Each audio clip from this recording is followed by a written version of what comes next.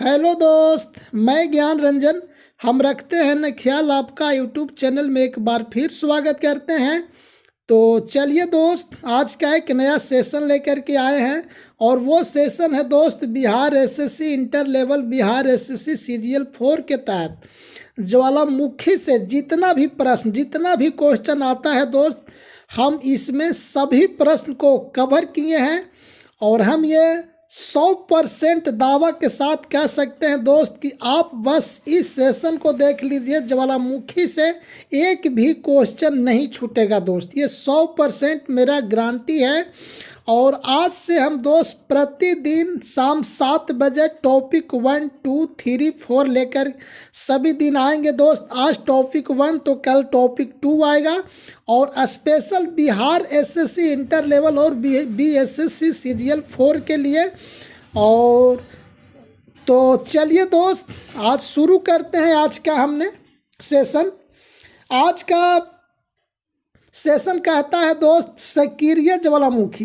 क्या कहता है दोस्त? सक्रिय ज्वालामुखी और जागृत ज्वालामुखी। अगर ये दोनों को देखा जाए दोस्त तो ये आपका एक ही होता है, चाहे तो सक्रिय हो या जागृत हो।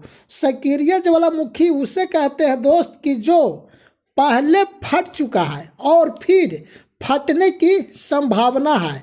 यानी कि सक्रिय ज्वालामुखी उसे कहते हैं जो पहले कभी फट चुका है और फिर फटने की संभावना है, उसे सक्रिय ज्वालामुखी या जागृत ज्वालामुखी हम लोग कहते हैं। तो अब आपको यह शुरू करते हैं दोस्त कि कौन सा सक्रिय या जागृत ज्वालामुखी किस देश में स्थित है। तो चलिए शुरू करते हैं। आज का पहला प्रश्न है दोस्त, आज का पहला जो ज्वालामुखी है वो है आपका मोना लोवा। मोना लोवा जो ज्वालामुखी है ये आपका किस देश में स्थित है? तो मोना लोवा जो ज्वालामुखी है दोस्त ये आपका हवाई द्वीप अमेरिका में स्थित है।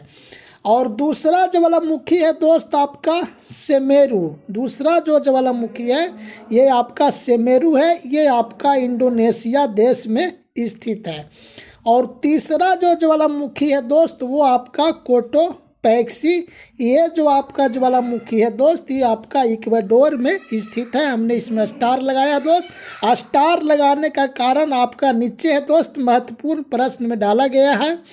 और 4 नंबर का आता है दोस्त इरेवस ज्वालामुखी। इरेवस जो ज्वालामुखी है दोस्त ये आपका अंटार्कटिका में स्थित है। कहाँ स्थित है दोस्त? अंटार्कटिका में स्थित है।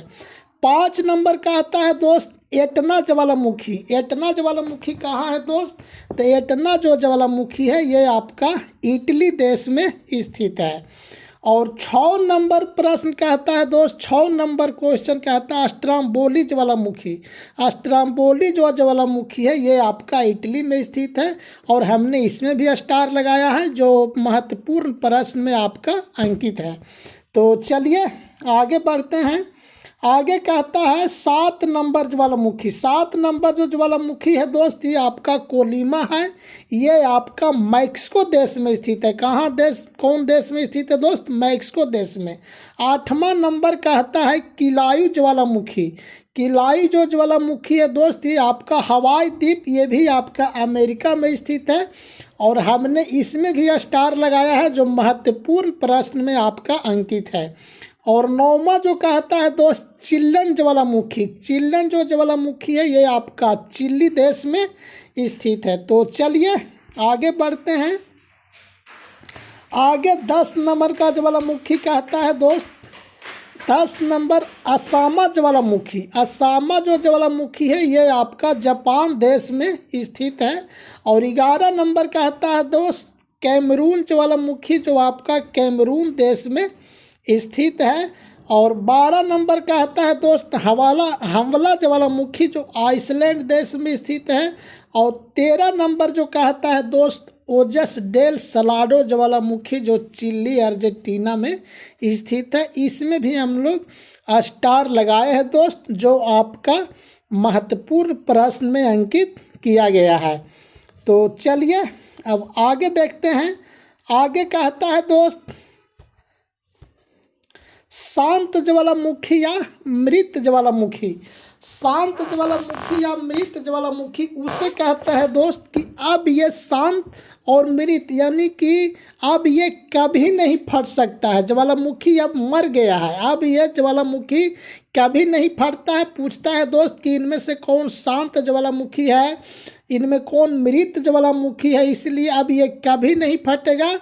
अब इसीलिए अब ये ज्वालामुखी मर चुका है, इसीलिए बोला जाता है शांत ज्वालामुखी या मृत ज्वालामुखी।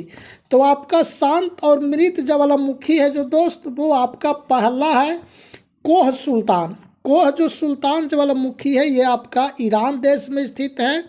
और दूसरा जो है दोस्त आपका देमवंद ज्वालामुखी जो आपका ईरान देश में स्थित है।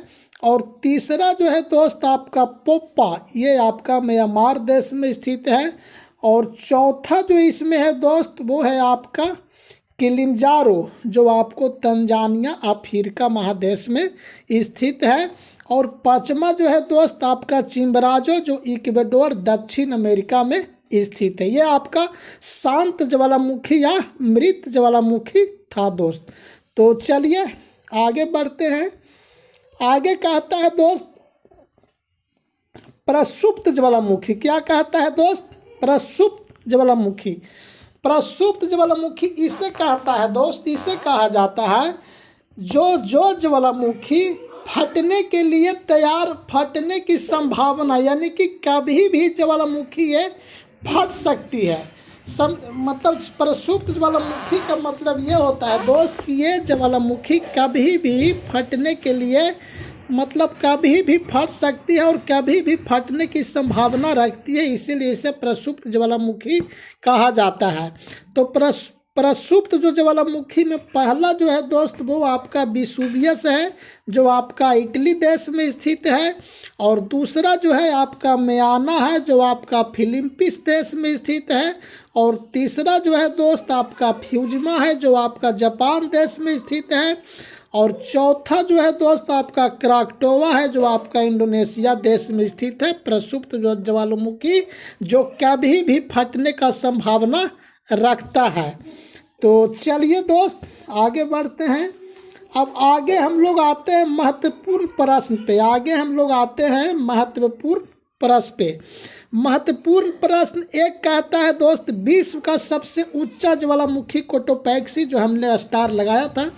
अगर आपसे पूछे दोस्त कि विश्व का सबसे ऊंचा ज्वालामुखी कौन है, तो कोटोपैक्सी है, जो आपका इक्वेडोर देश में स्थित है। दूसरा हमने भी स्टार लगाया था दोस्त किलायू पे। विश्व का सबसे अधिक सक्रिय ज्वालामुखी, यानी कि विश्व अगर पूछे दोस्त कि विश्व का सबसे अधिक सक्रिय ज्वालामुखी का नाम बताएं, तो आपका किलायू है, जो हवाई द्वीप, अमेरिका के हवाई द्वीप पर स्थित है। और तीसरा कहता है दोस्त मुख सागर का प्रकाश स्तंभ कहा जाने वाला ज्वालामुखी। आपसे प्रश्न पूछेगा दोस्त कि मुख सागर का प्रकाश स्तंभ कहा जाने वाला ज्वालामुखी का नाम बताएं, तो वो है आपका स्ट्राम्बोली, जो आपका इटली देश में स्थित है। तो आगे बढ़ते हैं। आगे कहता है प्रश्न विश्व का सबसे ऊंचाई पर स्थित सक्रिय ज्वालामुखी। विश्व का सबसे ऊंचाई पर जो स्थित ज्वालामुखी है दोस्त, वो है आपका ओजस डेल सलाडो। ओजस डेल सलाडो चिली अर्जेंटीना में स्थित है दोस्त आपका ओजस डेल सलाडो। ये विश्व का सबसे ऊंचाई पर स्थित सक्रिय ज्वालामुखी है। और आगे है दोस्त किस महाद्वीप में एक भी ज्वालामुखी नहीं है, तो दोस्त ऑस्ट्रेलिया जो महाद्वीप है उसमें आपका एक भी ज्वालामुखी नहीं है। पूछता है दोस्त कि इनमें से किस महाद्वीप में एक भी ज्वालामुखी नहीं है, तो ऑस्ट्रेलिया महाद्वीप में एक भी ज्वालामुखी नहीं है। और आगे बढ़ते हैं दोस्त। आगे कहता है दोस्त, आगे आपका है दोस्त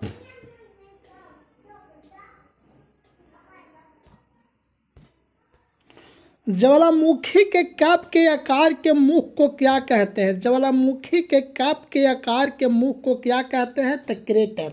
पूछता है दोस्त कि क्रिएटर किसे कहा जाता है, इनमें से क्रिएटर की पहचान क्या है।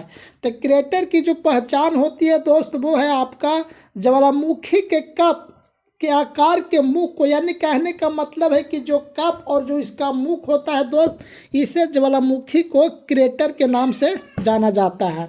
आगे है दोस्त, बाहर हवा में उड़ा हुआ लावा शीघ्र ही ठंडा होकर छोटे ठोस टुकड़ों में बदल जाता है, उसे सिंडर कहते हैं। क्या कहते हैं दोस्त? सिंडर कहते हैं। अब जैसे पूछेगा दोस्त कि सिंडर किसे कहा जाता है, तो बाहर में उड़ा हुआ लावा शीघ्र ही ठंडा होकर छोटे छोटे टुकड़ों में बदल जाता है, उसे सिंडर कहा जाता है। आगे है दोस्त,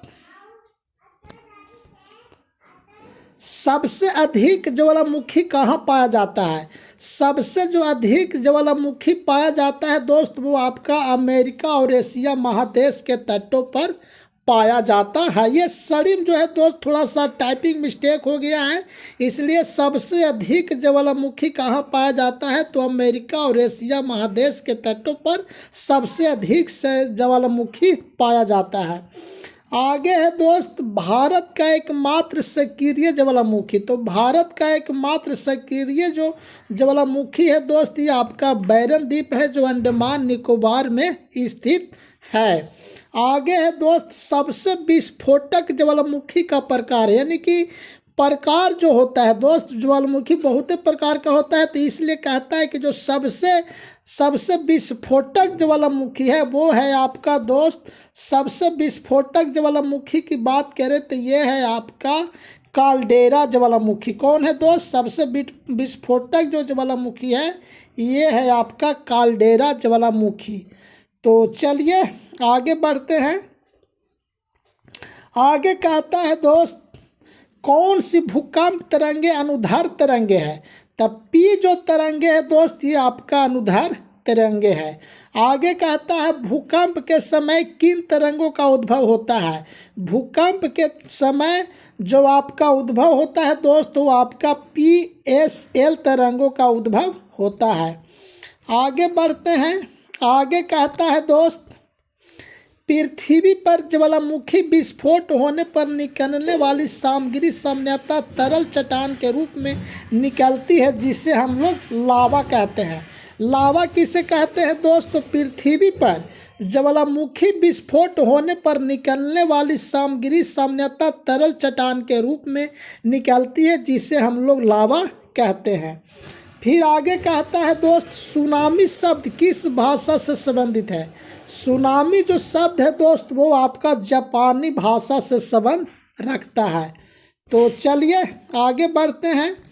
आगे कहता है दोस्त, ज्वालामुखी से निकलने वाली गैस, ज्वालामुखी से जो कुछ गैस निकलती है दोस्त आपके लिए बहुत ही इम्पोर्टेंट है और आपको याद करना होगा। तो ज्वालामुखी से आपका सल्फर डाइऑक्साइड निकलती है, कार्बन डाइऑक्साइड निकलती है, नाइट्रोजन निकलती है और जलवाष्प निकलती है। पूछता है दोस्त कि ज्वालामुखी से सबसे अधिक कौन सा गैस निकलता है?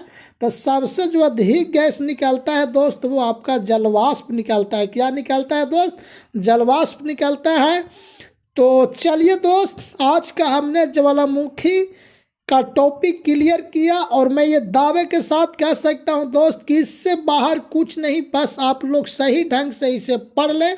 अगर आप लोग को PDF चाहिए दोस्त तो आप टेलीग्राम पर टेलीग्राम मेरा लिंक टेलीग्राम पर पा सकते हैं। इससे हम यूट्यूब चैनल में अपना टेलीग्राम पे लिंक दे देंगे, आप लोग आराम से इसे आप लोग PDF प्राप्त कर सकते हैं, मेरे टेलीग्राम चैनल से जुड़ सकते हैं। तो फिर मिलते हैं अगला टॉपिक पे दोस्त, तब तक के लिए आप लोग ठीक रहिए, स्वस्थ रहिए और पढ़ते रहिए।